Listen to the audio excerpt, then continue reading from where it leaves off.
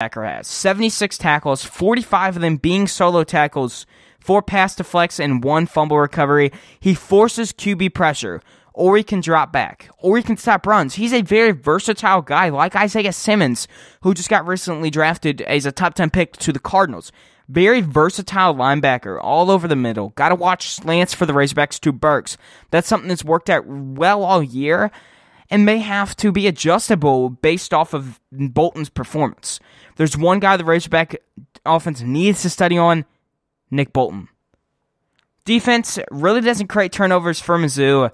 2 interceptions and 4 fumble recoveries. So when you have a defense like that, it's going to be easier throwing it deep and throwing it to more risky situations just because the defense hasn't known to force those turnovers. And if we beat a corner, we can take a risk on throwing a very deep ball because we know the corner isn't going to be able to get a turnover really easily. A guy like Catalan, though, is Martez Manuel at safety. I think he's a little bit underrated there.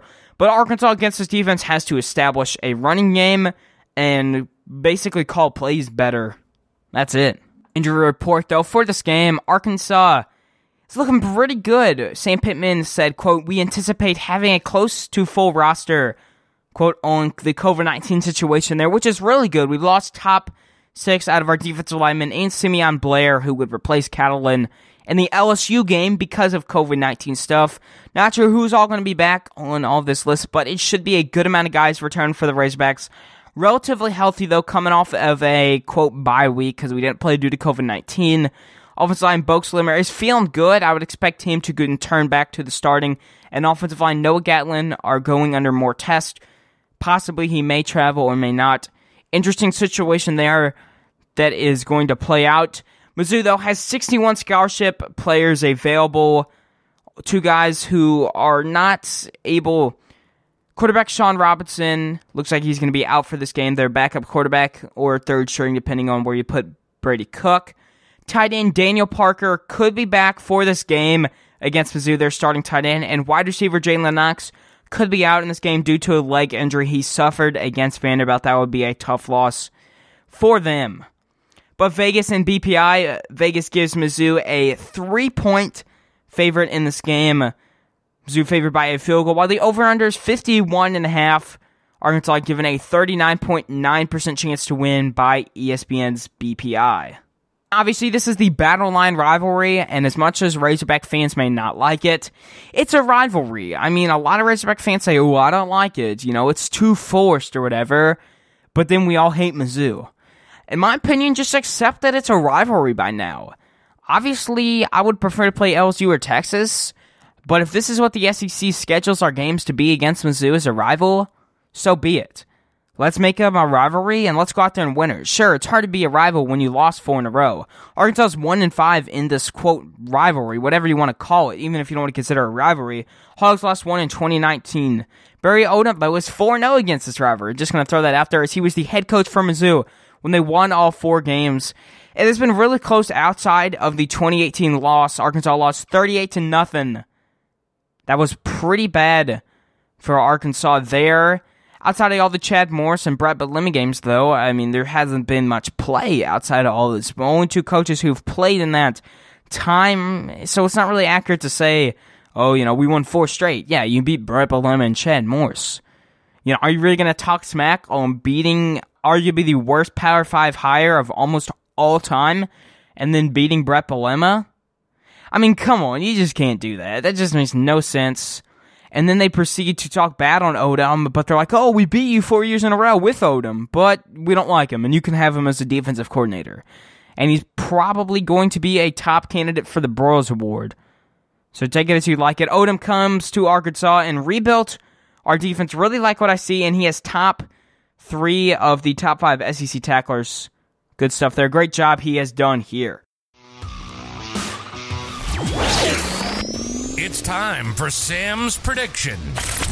Sam's prediction. I got the Arkansas Razorbacks taking the Battle Line Rivalry Trophy back to Fayetteville. I got them winning a super close one, 24-21. I think Arkansas is going to edge out a victory here at Columbia. I think the keys for this to happen, though, is Arkansas has to force Bazelak into situations where he's uncomfortable as a young quarterback, and possibly turn over the ball. That has to happen for Arkansas to be efficient on defense. Another thing is contain Larry Roundtree. There's no doubt about the amount of talent around that running back. And then if you contain him, you got to contain Tyler Baby out of the backfield, who gets a ton of catches from base lock, like dump-offs. Two guys have to contain them. Be efficient on third down offense for Arkansas. You can't go 0-10 like we did against LSU. That's just not going to happen, or else we're probably going to get beat by double digits this time, in my opinion. And then establish some type of running game. Running game really wasn't good for the Razorbacks, as we only averaged 0.48 yards after contact. So to establish a running game, get third downs on offense is important, and then force turnovers and force stops is on defense. I guess those are all always important for an offense or defense, but that is even more key in this game. Those things have to happen for Arkansas to win. But having Jalen Catalon out sucks. It's obviously a big loss for the Razorbacks, as Mark Hurl screwed him in that targeting call. There's no way that should have ever been targeting. You know, I wish I could just say that forever on this show, but you know, there's more things to life. I think this team is going to come out fueled, though. If you look at after the Auburn game, we came out pretty upset how we got screwed after the game, beating Ole Miss 33-21 there. I think they're going to come out again, give us the underdog mentality like we were against Ole Miss after we got screwed in the Auburn game, get screwed against LSU and the refs too. I think Catalon's going to also have double-digit tackles, even though he's only going to play in this second half. But let's go get that trophy back and win this.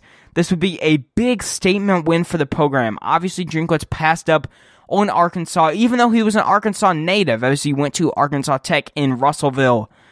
A statement win, though, is important here because we would go 3-0 against the new head coaches.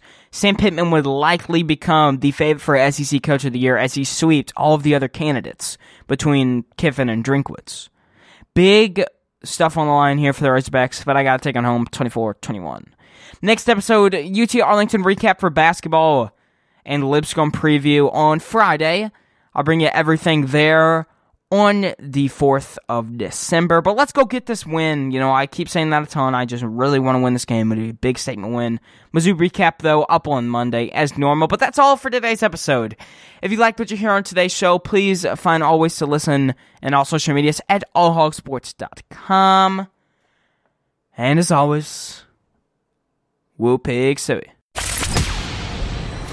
That's all for today's episode of All Hog Sports with Sam Stimson. Make sure to stay tuned for the next episode covering all Arkansas Razorback sports. If you enjoyed today's episode, please subscribe and leave a 5-star review on Apple Podcasts. Follow us on social media too. On Twitter and Instagram at All Hog Sports Pod. Like on Facebook at All Hog Sports and Arkansas Razorbacks Podcast. And on YouTube at that same name. Thanks for tuning in to today's episode. Go Hogs!